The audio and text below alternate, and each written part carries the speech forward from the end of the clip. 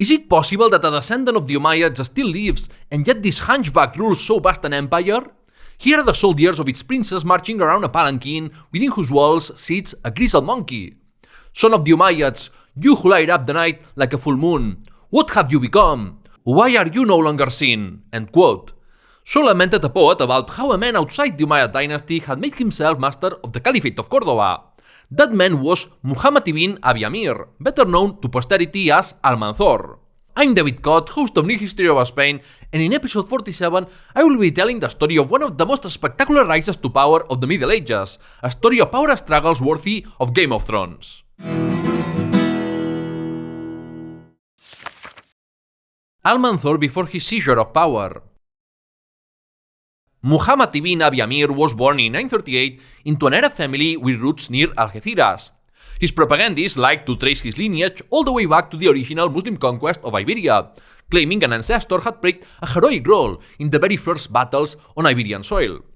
This was flattering fiction.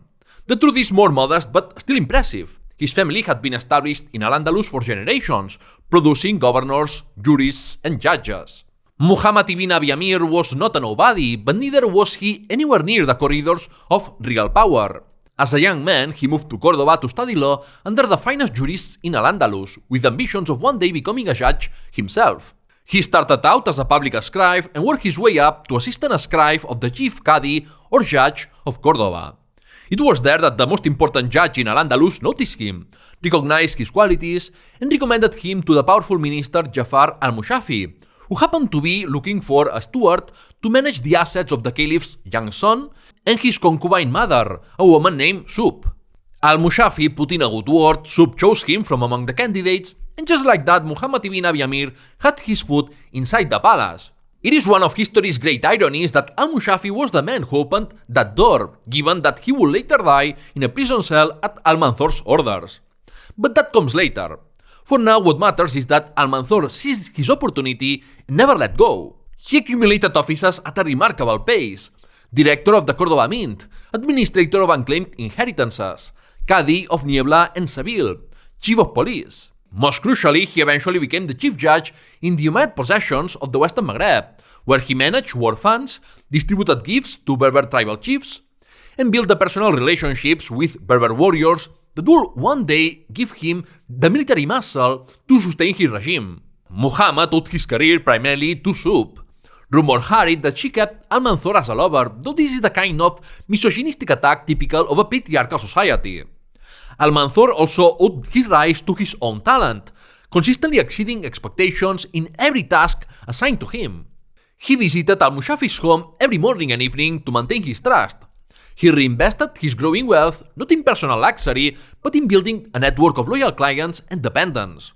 According to chronicler Ibn Idari, the gate of Almanzor's residence was always crowded with people seeking favors. Within a few years, the former law student had become one of the most important figures in the Caliphate of Córdoba, but not yet the most powerful. That would require a dying caliph, a child heir, and a great deal of blood. The decision that doomed a dynasty. In early 976, Caliph al-Hakam II was gravely ill and dying. He was a celebrated ruler, a genuine intellectual who had assembled one of the greatest libraries in the medieval world, as we saw in the previous episode. And he was about to make one of the most catastrophically irresponsible decisions in the history of medieval Iberia. Al-Hakam organized a ceremony of oaths to designate his successor, his 11-year-old son, Hisham II. For the first time ever in the history of al-Andalus, a minor would be named sovereign. A minor ruling was already against Islamic legal tradition, and Hisham also failed to meet the requirements of a caliph because, according to multiple sources, Hisham had physical and mental disabilities. He was psychologically unstable too, though in fairness this may have been a condition that developed later under the crushing isolation that Almanzor would impose on him, a life spent surrounded by spies, unable to speak freely or act independently. None of this had to happen. There were dozens of adult Umayyad men perfectly qualified to serve as caliph, brothers of al-Hakam, nephews, cousins, members of collateral branches. The first candidate that conspirators against Hisham would reach for was al-Mughira, al-Hakam's own brother, a capable and vigorous man of around 30 years old. Naming him successor would have been entirely in keeping with Umayyad dynastic tradition. But al-Hakam, driven by personal pride and the determined influence of his beloved concubine Sub, insisted the throne pass to their son. All those books, all that reputation as a cultured and enlightened ruler, and he squandered it with one stubborn, sentimental, and a stupid decision. Even the 11th century chronicler Ibn Hayyan, a devoted admirer of the Umayyad dynasty, condemned him for it. The fall of the Caliphate of Córdoba was not inevitable.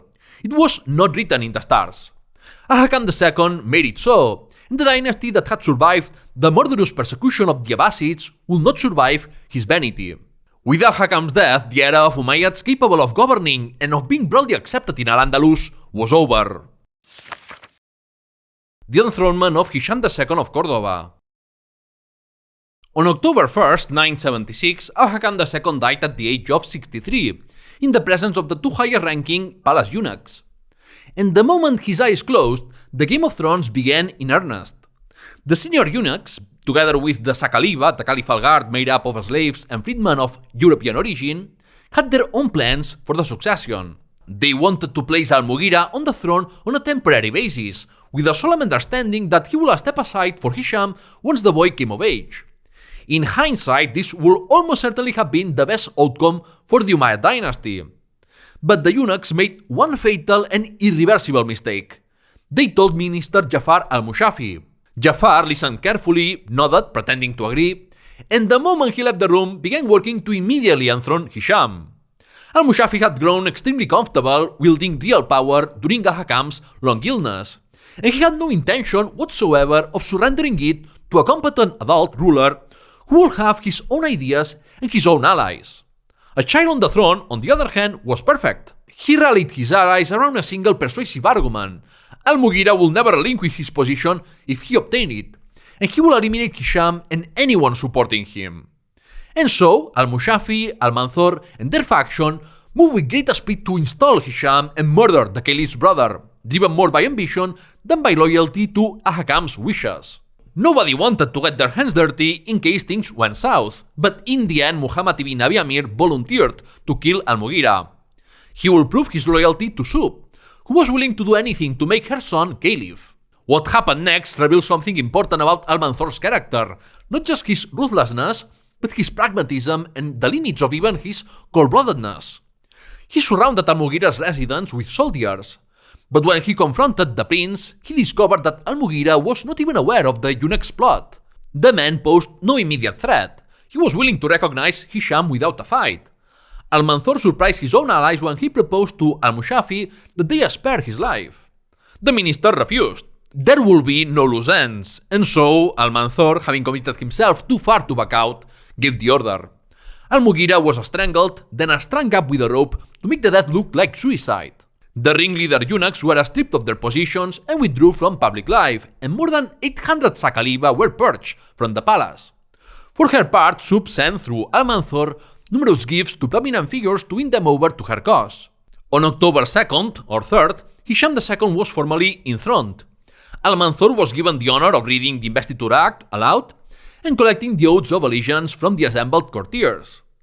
More than 100 Islamic legal scholars duly endorsed the legitimacy of a child caliph, because jurists and theologians tend to find ways to justify whoever actually holds power to avoid the risk of a civil war. Only the Qadi of Córdoba, the most senior judge in al-Andalus, publicly voiced what many were privately thinking. That child couldn't fulfill the religious duties of a caliph. He made his stand at al-Hakam's funeral when Hisham was about to lead the funeral prayer and intervened on the grounds that if the child conducted the ceremony improperly, his father's soul would be in jeopardy. Within days, Hisham was paraded on horseback before the people of Córdoba, and a tax on oil was abolished to buy popular goodwill. Al-Mushafi was formally confirmed as hajib, prime minister, while Almanzor was appointed vizier, minister. It was Sub who truly governed the Caliphate of Córdoba in the early years of Hisham's reign, and the others took no initiatives without consulting her. But due to the restricted political and social role of women in the medieval Islamic world, Sub couldn't leave the palace, and Almanzor acted as intermediary between her and the ministers, which will increasingly give the men more power. Almanzor Against al-Mushafi. Real power in Córdoba now rested on an uneasy four-way balance.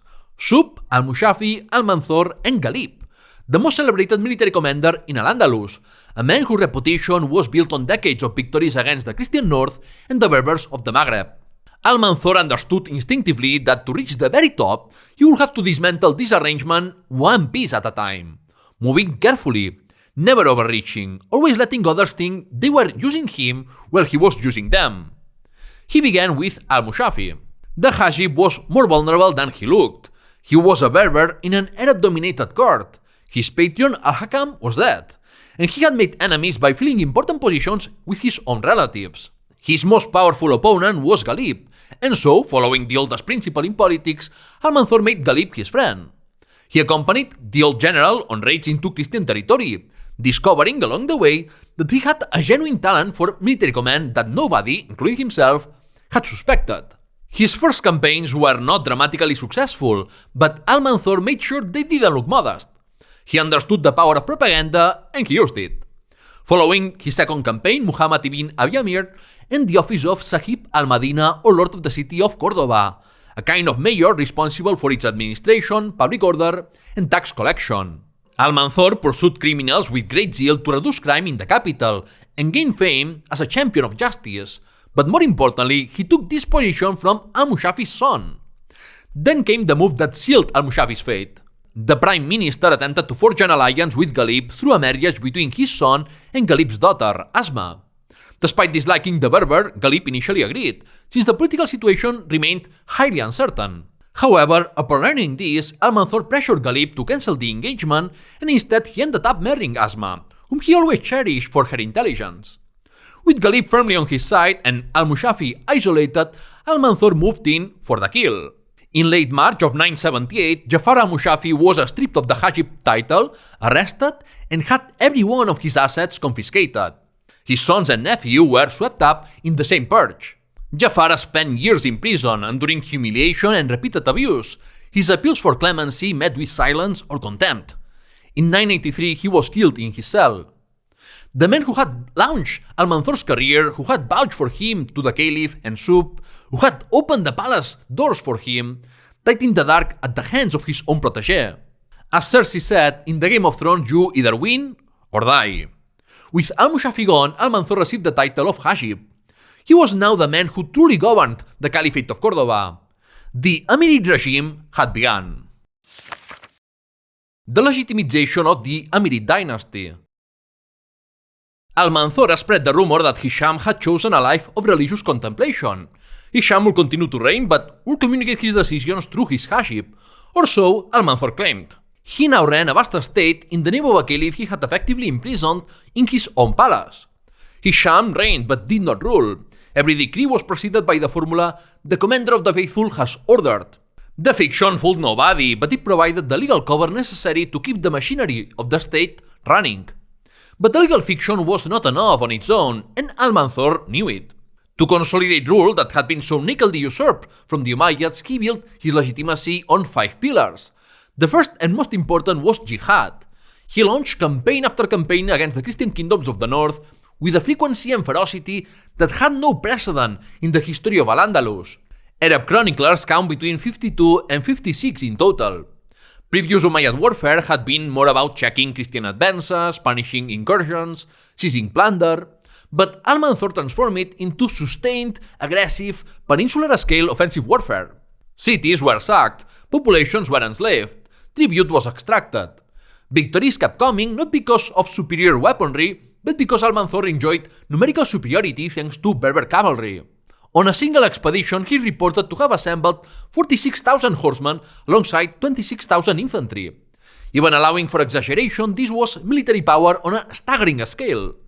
War served to provide slaves to the benefit of the Andalusi elites and to divert attention from domestic problems, such as economic hardship caused by increased taxation to sustain the war machine. Almanzor even managed to retake lost territories such as Coimbra. The second pillar was the defense of religious orthodoxy. In a calculated gesture toward the conservative religious establishment, Almanzor ordered the burning of a significant portion of Caliph al-Hakam II's legendary library, specifically books on philosophy, astrology, and ancient learning deemed contrary to Islamic teaching. For a man who had spent his formative years in intellectual circles, this was a deeply cynical act of political theater. But it worked. The jurists and theologians were appeased, their sympathies secured. The third pillar of legitimacy was monumental building. Almanzor oversaw a massive expansion of the Great Mosque of Córdoba, adding some 22,400 square meters and capacity for 40,000 worshippers, making it the third largest mosque in the world at the time. He repaired and extended city walls in Ceuta and Lisbon and built new bridges in Toledo and Córdoba. But his most symbolically charged construction was the palatial city of Madinat al-Zaira, the resplendent city, built as soon as he consolidated power right next to Córdoba, as it had happened with Madinat al-Zahra, built by Abdulrahman III. In the Islamic world, founding a new city palace was the signature act of a new dynasty. By relocating the court and central administration to Madinat al-Zaira while leaving Hisham isolated and irrelevant in the old palace in downtown Córdoba, Almanzor made his usurpation of Umayyad power not just political, but physical and architectural. Almanzor made land grants to his ministers, secretaries, and generals so that he could keep a close eye on all the most important figures of late 10th century Córdoba. The fourth pillar was cultural patronage. Almanzor surrounded himself with musicians, dancers, and singing slave girls, and above all with poets, since poetry occupied a place in Arab culture that no other literary form could match.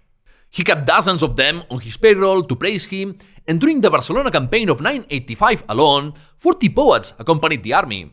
It was during the Amirid period that al-Andalus finally shed its cultural inferiority complex relative to the great centers of the Islamic East, such as Iraq, Syria, and Egypt, and came to be regarded as their equal in Arabic letters. The Amirid dynasty also developed a distinctive visual identity in architecture, ivory carving, and textiles, with iconography featuring flower motifs and scenes of animal combat.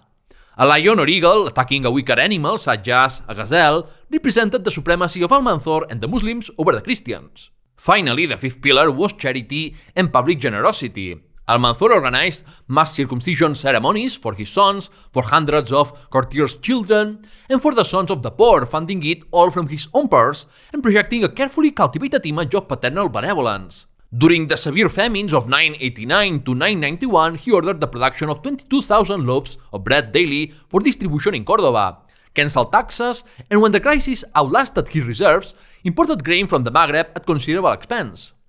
None of this was purely altruistic. It was the calculated generosity of a man who understood that public support required more than military victories. And yet, for all of this, the question of the caliphal title never went away. In 991, Almanzor convened a private council of jurists to test whether he could secure their support for assuming the title of caliph outright. Some, predictably, told him what he wanted to hear. But the chief Qadi of Córdoba, Ibn Zarb, was unequivocal. Even if Hisham were removed from the throne, his replacement must come from the Quraysh, the tribe of the Prophet, from which both the Umayyads and Abbasids descended. Almanzor's family simply did not qualify. He backed down, visibly displeased, but he never stopped pushing in every other direction. Lords in his presence were required to kiss his hand. From 986 onward, everyone addressed him as Sayyid, meaning Lord. He named his son Abd-al-Malik as his successor in the role of hajib. And eventually, he removed the caliph's seal from official documents entirely, replacing it with his own. He never wore the crown, but he wore everything else. Almanzor Against Ghalib. To consolidate his regime, Muhammad ibn Abi Amir wasted no time in placing relatives and loyal men in positions of power and eliminating potential opponents. For instance, the hajib managed to neutralize a conspiracy to have Hisham killed and replaced by his cousin.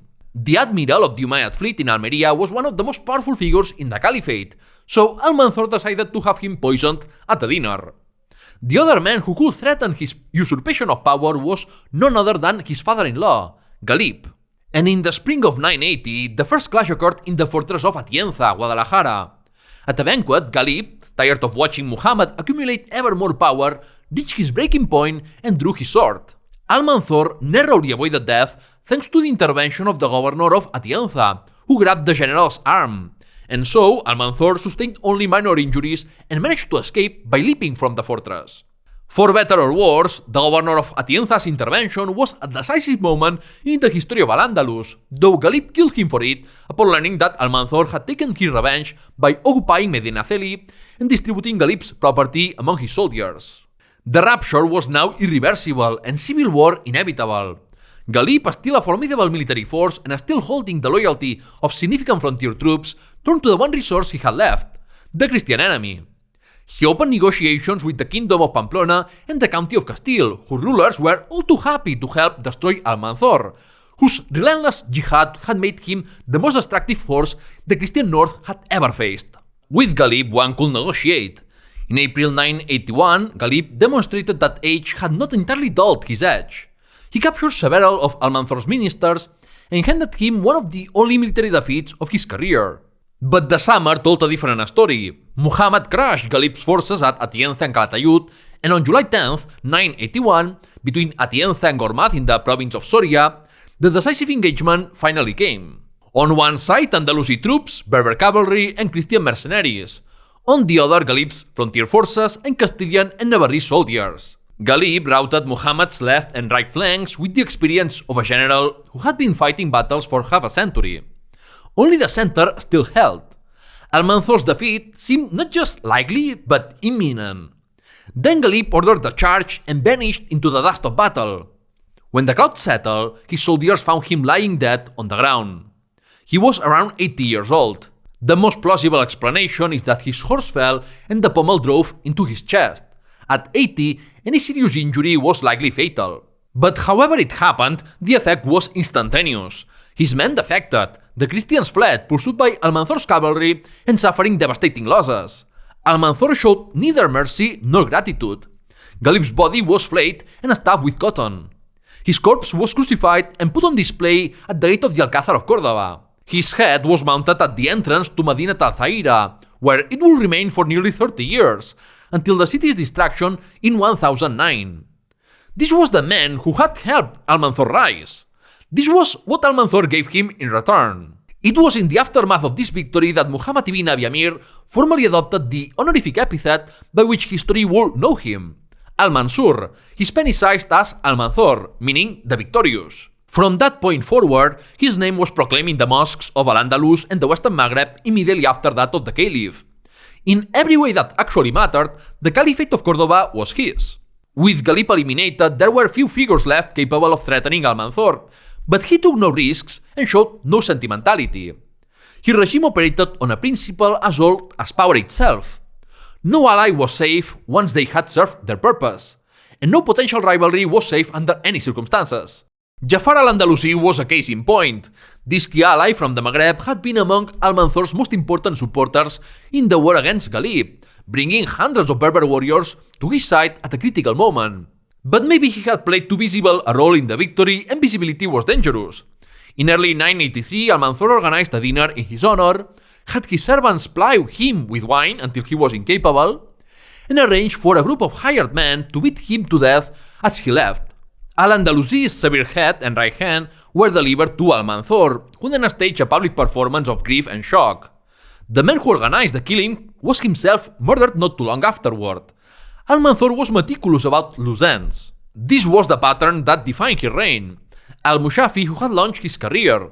Ghalib, who had helped him bring down Al-Mushafi. Al-Andalusi, who had helped him bring down Ghalib. Each man rose alongside him and fell by his hand. The closer you were to Almanzor, the more completely you depended on his favor, and the more certain your eventual destruction became. If you were his ally, the question was never whether your turn will come. It was only when and how. Such was the gratitude of the Machiavellian Almanzor.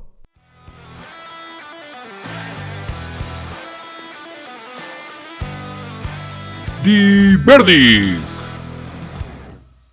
In today's verdict, I want to pose some questions about the succession to al-Hakam II. Was the eunuch's plan to make al-Hakam's brother al-Mughira caliph a realistic one? Or given Hisham's disabilities, would al-Mughira have held onto power and perhaps eliminated Hisham?